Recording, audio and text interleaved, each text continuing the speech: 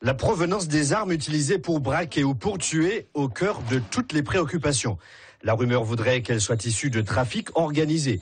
Pour le chef du parquet général de la Guadeloupe, rien ne permet de le dire.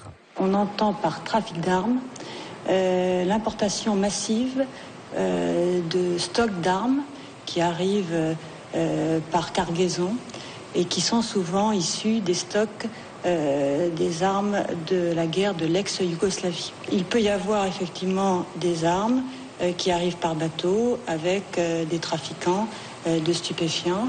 Mais si ces armes arrivent, elles arrivent pour les besoins du trafiquant, pas forcément pour être vendues sur place. Pas de trafic organisé, mais les faits prouvent que des armes circulent et certaines sont saisies lors d'opérations policières. On constate que ces armes appartiennent au départ à des chasseurs ou en tous les cas à des familles qui ont conservé des armes de leurs ancêtres qui pouvaient être chasseurs et qui sont dérobées à l'occasion de cambriolages. Par la suite, les voleurs, les cambrioleurs les transforment, les modifient, en font des armes de poing par sciage du canon et de la crosse et les revendent sous le manteau.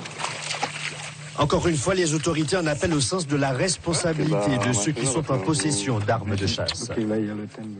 La première des précautions, c'est de ne pas placer ensemble l'arme et ses munitions, mais aussi d'enfermer ces armes dans des armoires fortes qui permettent effectivement de les conserver à l'abri des cambrioleurs qui auront d'autant plus de difficultés à s'en emparer.